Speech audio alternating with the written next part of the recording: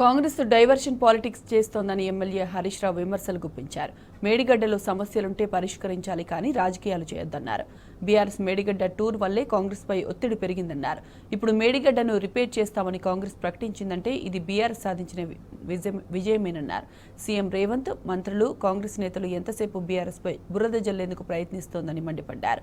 రాజకీయ ప్రయోజనాలకు కాంగ్రెస్ ఎక్కువ ప్రాధాన్యతనిస్తోందని హరీష్ రావు మండిపడ్డారు.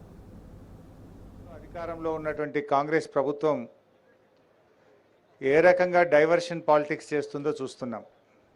ఒక బాధ్యతాయుతమైనటువంటి ప్రభుత్వం ఏంటంటే ప్రతిపక్షాలు లేవనెత్తినటువంటి ఇష్యూస్ను సమాధానం చెప్పాలి, అడ్రస్ చేయాలి. కానీ దురదృష్టవశాత్తు ఆ రోజు కేసీఆర్ గారు ప్రాజెక్టులను కేంద్ర ప్రభుత్వానికి అప్పజెప్పొద్దని నల్లగొండలో సభ పెడితే ఇదే రాష్ట్ర ప్రభుత్వం ఆనాడు మేడిగడ్డ పర్యటన పెట్టుకొని డైవర్షన్ పాలిటిక్స్ చేసింది. ఈరోజు మేము మేడిగడ్డ పర్యటనకు వస్తే అదే సమయానికి పాలమూరు ఎత్తిపోతల పథకాన్ని దగ్గర ఇంకో యాత్ర పెడతా ఉన్నారు. అంటే ఏంది ఇది? ఒక చిల్లర మల్లర ప్రయత్నం తప్ప ఇది ఒక బాధ్యతాయుతమైనటువంటి ప్రభుత్వం వ్యవహరించేటువంటి విధానం కాదు.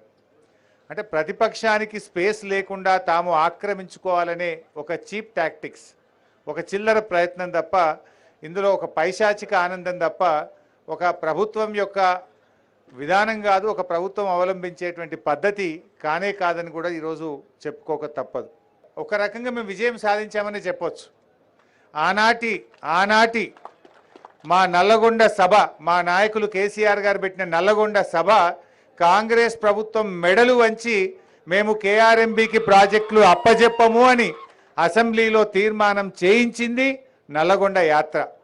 ఇవాళ మా మేడిగడ్డ యాత్రకు కూడా బేంబేలెత్తిన ప్రభుత్వం ఉత్తమ్ కుమార్ రెడ్డి గారు ఇలా హైదరాబాద్లో ప్రెస్ మీట్ పెట్టి ఇక మేము తొందరగానే రిపేర్ చేయిస్తాము, ఆ ఎన్డీఎస్ఏ రిపోర్ట్ రాగానే ఒక నెల వరకు రిపేర్ స్టార్ట్ చేస్తాము అని అయితే ఇవాళ ఆయన నోట చెప్పించడమంటే మా యాత్ర ఒక పాక్షిక విజయాన్ని సాధించిందని కూడా చెప్పుకోక తప్పదు. అంటే ఒక రకంగా ఇవాళ మేము వాళ్ళ మీద పెట్టిన ఒత్తిడికి ఈ ప్రభుత్వం దిగి వస్తున్నటువంటి పరిస్థితి ఉంది. కానీ బాధ్యతాయుతమైన ప్రభుత్వం ఏం చేయాలి? వాస్తవానికి 3 నెలలు అయింది, దాదాపు మీరు అధికారంలోకి వచ్చి 3 నెలలు అయినా ఈ ప్రాజెక్టును పునరుద్ధరించడానికి ఈ రోజుకు ఒక్క అడుగు ముందుకు వేయలే. మీరు ఏమనంటే ఎన్డీఎస్ఏ రిపోర్ట్ అని చెప్పి కాలయాపన చేసి రేపు వర్షాకాలంలో ప్రాజెక్టు పూర్తిగా దెబ్బతీయాలనే ఒక కుట్ర ఈరోజు మీలో కనబడుతున్నటువంటి